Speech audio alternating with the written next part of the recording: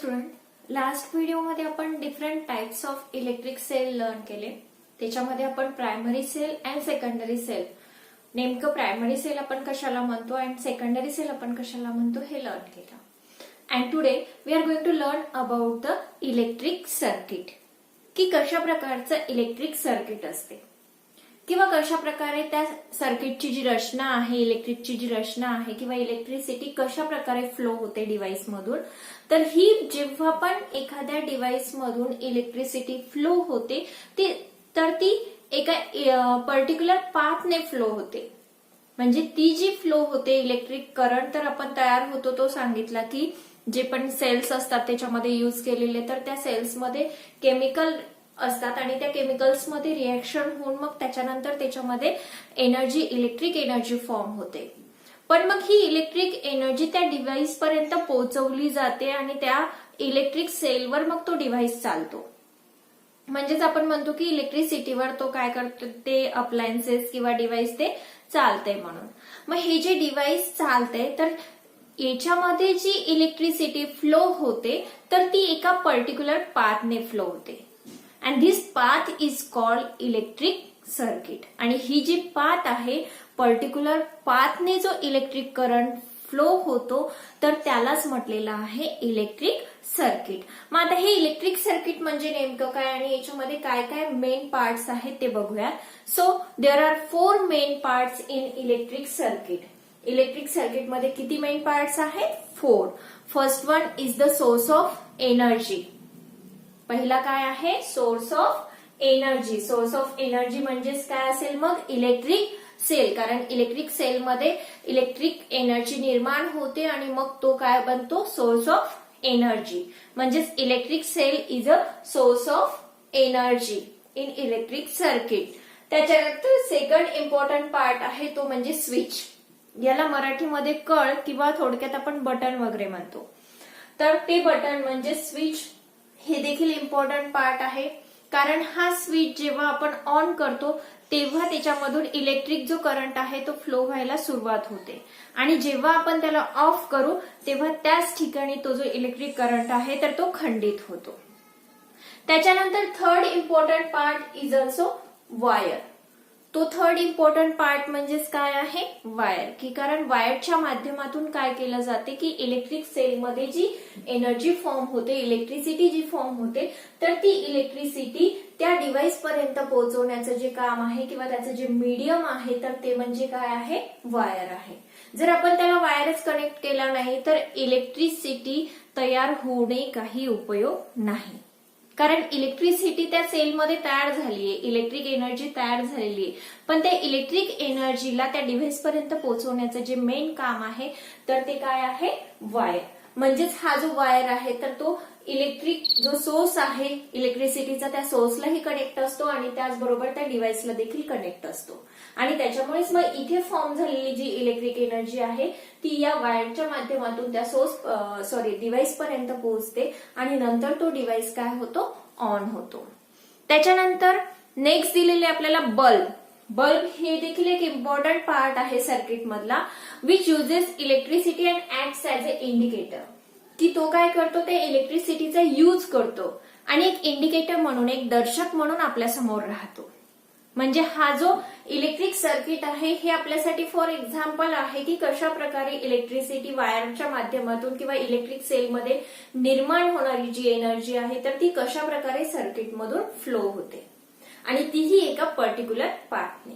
आणि त्या particular पाथने flow झाल्यामुळे हे जे मेन पार्ट्स आहेत, 4 main parts, that is source of energy, त्याच्यानंतर स्विच, वायर अँड बल्ब, तर हे 4 मेन पार्ट्स आहेत इलेक्ट्रिक सर्किटचे.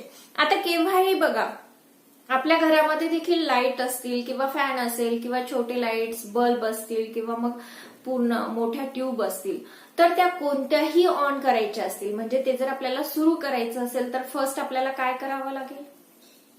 डायरेक्टच आपोआपच आपल्याला वाटलं की नाही हवा घ्यावीशी वाटत आहे तर बसल्या ठिकाणी तो फॅन ऑन होणार आहे का? नाही. आपल्याला थंडी वाजतीये म्हणून फॅन बंद होणार आहे का? नाही. तर मग काय करावं लागते? आपल्याला ते बटन ऑन किंवा ऑफ करावं लागते. म्हणजेच बटन जर आपल्याला जर बल्बची गरज असेल तर आपण फर्स्ट उठून जाऊन ते बटन ऑन करतो, तेव्हाच तो बल्ब काय होतो, लागतो. आणि जेव्हा बल्बची गरज नसेल तेव्हा आपण काय करतो, ते बटन ऑफ करतो. म्हणजे हे जे इलेक्ट्रिक सर्किट आहे तर हे सगळं ऑन अँड ऑफ करणं हे सगळं कशावर डिपेंड आहे, स्विचवर डिपेंड आहे. आणि म्हणूनच मग हे जे स्विच आहे, बटन जे आहे, तर त्यालाच आपण काय म्हणतो, स्विच म्हणतो. आणि जेव्हा आपण ते बटन ऑन करू त्यावेळेस त्याची जी इलेक्ट्रिक करंट जो आहे त्याच्यामधला, तर तो काय होतो, कम्प्लिटली फ्लो होतो. त्याच्यामधून सुरुवात होते त्याच्यामधून इलेक्ट्रिक करंट फ्लो होण्याची. जेव्हाही बटन आपण ऑन करतो तर त्याच्यानंतर त्याच्यामधून इलेक्ट्रिक करंट जो आहे तर तो फ्लो व्हायला लागतो वायरमधून. आणि जेव्हा त्याला आपण ऑफ करू तर त्याच्यानंतर तो जो करंट इलेक्ट्रिक सेल जो आहे, सोर्स ऑफ एनर्जी जो आहे, तर तो काय केला जातो, डिस्कनेक्ट केला जातो. आणि त्याच्यामुळे मग वायरमधून जी इलेक्ट्रिसिटी फ्लो होते तर तिचं काय केलं जाते, खंडन केलं जाते, म्हणजे तिथे स्टॉप केली जाते. आणि मग तो जो डिव्हाइस असेल त्याच्यावर चालणारा तर तो स्टॉप होतो. म्हणजेच त्या स्विचवर सगळ्यात मेन डिपेंड आहे की त्याच्यामधून इलेक्ट्रिक करंट फ्लो होणं आणि इलेक्ट्रिक करंट स्टॉप होणं. स्टॉप झाल्याच्या नंतर ते डिव्हाइस बंद पडतं आणि त्याच्यामधून इलेक्ट्रिसिटीचा फ्लो सुरू झाल्याच्या नंतर ते जे डिव्हाइस आहे तर ते ऑन होतं. अशा प्रकारचं मग स्विचही हे एक अतिशय महत्वाचं काम रोल प्ले करतो इलेक्ट्रिक सर्किटमध्ये. This makes the current move from the source of the energy to the appliance and it starts working. आणि या स्विचमुळेच काय होते मग की त्याच्यामध्ये जी इलेक्ट्रिक करंट तयार झालेला असतो तर तो त्या सोर्स ऑफ इलेक्ट्रिक करंट पासून त्या सोर्स ऑफ डिव्हाइस पर्यंत पोहोचवला जातो. आणि नंतर मग ते जे डिव्हाइस आहे तर ते वर्क करायला लागतं. इट स्टार्ट्स वर्किंग, म्हणजे ते त्याचं काम चालू करतं. अशा प्रकारे मग आज आपल्याला सर्किट हे जे घटक आहे तर याच्याविषयी आपण इन्फॉर्मेशन बघितली.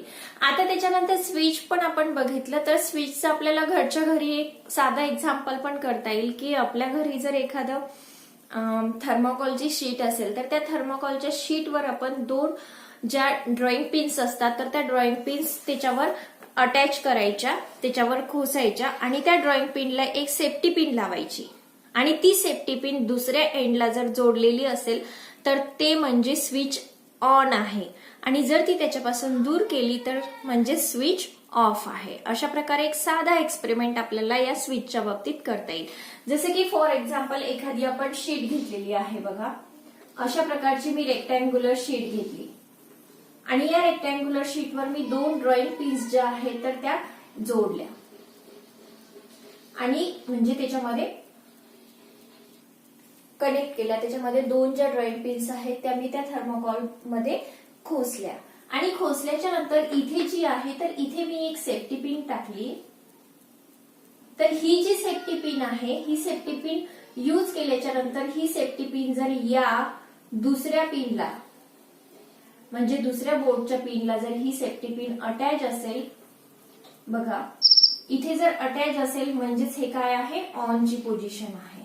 आणि जेव्हा ही जी सेफ्टी पिन आहे ही याच्यापासून साईडला केली जाईल किंवा दूर केली जाईल तर तेव्हा म्हणजे ही कशाची पोझिशन आहे, ऑफची पोझिशन. या पॉइंटला जोडल्याच्या नंतर ऑन आणि या पॉइंट पासून दूर झाल्याच्या नंतर ऑफ. अशा प्रकारे मग साधा आणि सिंपल आणि सरळ सोपा असा एक्सपेरिमेंट आपल्याला स्विचच्या बाबतीत घरी करून बघता येईल की कशा प्रकारे स्विच वर्क करतं. की त्या पॉइंट पर्यंत गेल्याच्या नंतर जसे की आता आपल्या या सर्किटमध्ये सुद्धा दिलेले आहे बघा, इथे आपल्याला हे स्विच दिलेले. आता हे स्विच इथे टच आहे या पॉइंटला, त्याच्यामुळे हे ऑन आहे. आणि जेव्हा हे स्विच याच्यापासून दूर जाईल म्हणजे असं होईल तर हे काय असेल, ऑफ असेल. म्हणजे या पॉइंट पर्यंत जोडलेलं असेल तर ऑन आणि या पॉइंट पासून दूर असेल तर ऑफ. अशा प्रकारे मग इलेक्ट्रिक सर्किट वर्क करतं. आणि त्याच्यामधलं हे जे स्विच आहे तर स्विचवर त्याच्यामध्ये इलेक्ट्रिक करंट फ्लो होणं आणि इलेक्ट्रिक करंटचं स्टॉप होणं, फ्लो त्याच्यामधला स्टॉप होणं हे सगळं काही त्याच्या बटन्सवर डिपेंड असते किंवा त्याच्यामध्ये असलेल्या या स्विचवर डिपेंड असते. ठीक आहे, मग आजच्या पुरते एवढंच. याचा नेक्स्ट पार्ट आपण नेक्स्ट व्हिडिओमध्ये बघूयात. थँक्यू.